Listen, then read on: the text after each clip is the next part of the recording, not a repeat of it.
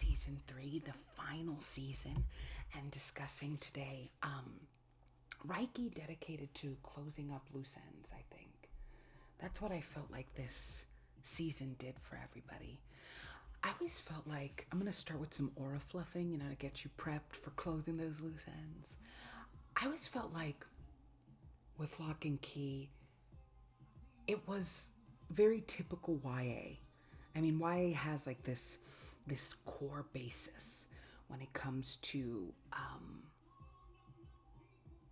its narrative. There's always young kids that suffer a tragedy, usually the loss of a parent, the loss of a guardian, a guide, because the whole point is they're so young and they have to grow up. They have to start guiding themselves.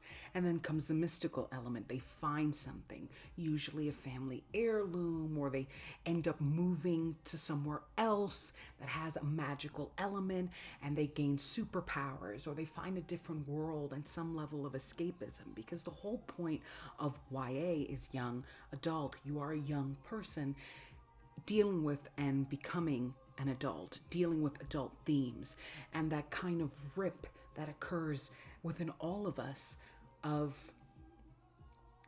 kind of, I want to say, inner child. There's always an inner child to us. And when you're a kid that has to grow up faster, that inner child can feel a little entrapped, feel a little lost. And that's what we watched with Locke and Key for the past 3 seasons, when the Locke siblings end up losing their dad and have to move to this old town where he had a home because it's all that they could afford. And they find a pack of keys basically that lead to different worlds, different powers, and their whole lives are turned upside down.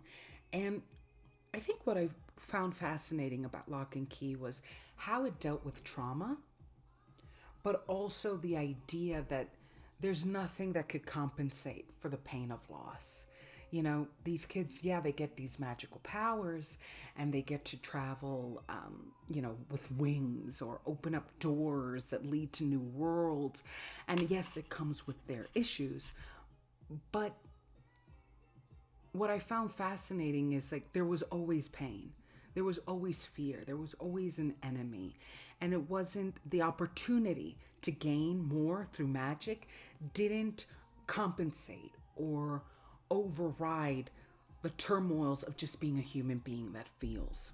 And I think that I have to give kudos to the cast, because I always felt like Locke and Key was a little bit messy. I always felt it was a little bit clunky in terms of storyline. And I stayed because I cared for the characters.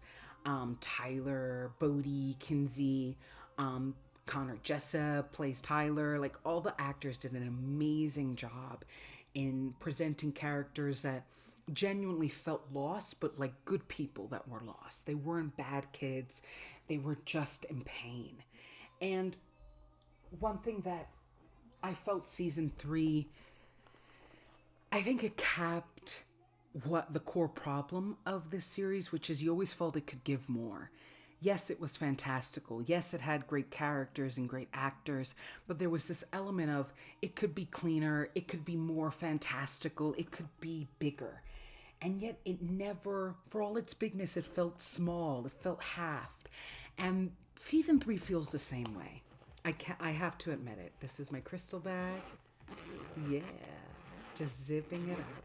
Before I whip out the crystals and you hear these little zips, I just want you to feel like you're closing loose ends. Because I think season 3 thrives because by now we know the messiness of this show, but we're invested. So it's kind of like, okay, we still have a core problem of not embracing ending storylines, tossing out plot lines randomly. We still have that core problem, but it's the end. So let me see how things tie up. And I felt like, gold lepidolite for depression. And coffee calcite to make you kind of activate. One thing that I felt that this season brought up about closing loose ends and why I wanted to do Reiki based on that is there is this idea that when you let go of the past, that it's automatically closed. And what I have found is every time I decided to let go, more things popped up. It's like you say, I'm going to take a different path. But before I take that different path, let me walk my few final blocks in my usual route. And you start noticing all these cracks, all these broken branches, all these weird footprints you left.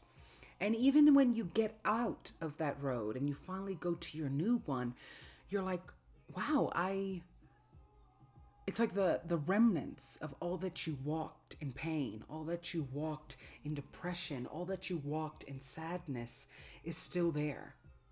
And I think that season 3 does a really good job of kind of showing you can move on, but to move forward, you do have to learn how to carry the past, accept it, embrace it. And that's something that I'm learning even right now. You can't run from the past. You can't just close the past because the past is our biggest influence in terms of how we embrace the present and whether or not we have hope and feel we have choice in our own future. And I think that this season showed that. The Locks confront more than ever the death of their father. The mother confronts more than ever that she really relied on her husband to kind of clean up and step up where she couldn't because of her own addictions, her own insecurities as a mom. And the loss of him kind of made her realize the sadness of having a really great life, but you're so unhappy with yourself that when it goes and you suddenly inherit this new life, one as a single mom in a new town, in a weird home with keys, when that old life leaves, you're kind of like, oh my God, I had it good. And my only enemy at that time was me. And I felt like her storyline was really, really, really beautiful and intriguing. But again, very typical Locke and Key. It just never fully goes into a storyline or plot enough for you to feel fulfilled and full by it. I think, there's interesting elements, Dodge becoming Bodhi, spoiler alert. That revolutionary villain that kept on popping up, I was like, okay, he's here. That's one thing that I felt with this season, that there wasn't really a villain. Like, even though Dodge was still around and this revolutionary guy was popping up trying to collect keys and end the world, it was like, it really felt at its core a season about the Locks. Them just finally accepting their loss enough to not confuse magic as a gain, as a necessity, as an addiction. And I found that so fascinating because part of closing loose ends with your past, with your old paths, are realizing the behaviors you used to do, the things that you've used to compensate for the pain you couldn't confront, the things that you think are actually good and better for you, but are more of the same. And I think that closing the chapter on magic in terms of the Locke's relationship with it was the proper ending. I think that is what season 3 gave us, and I loved it. And it didn't feel like a great season or a bad season. It really did feel like an ending. Like, you know what? If I'm actually going to heal me, if I'm actually going to move forward, what I'm going to do is I'm going to let go of everything. Not just the pain of my loss, but everything that I thought compensated that loss and actually was just like a Band-Aid over a wound that really needed surgery. And they did the surgery, and it was cool to watch. It was intriguing enough, and it felt like, okay, we're done. We're done, Locke and Key. We've ended it. It was cool. Thanks for showing up. Yeah. Um, so we're headed at 11 minutes. So let me wrap you up.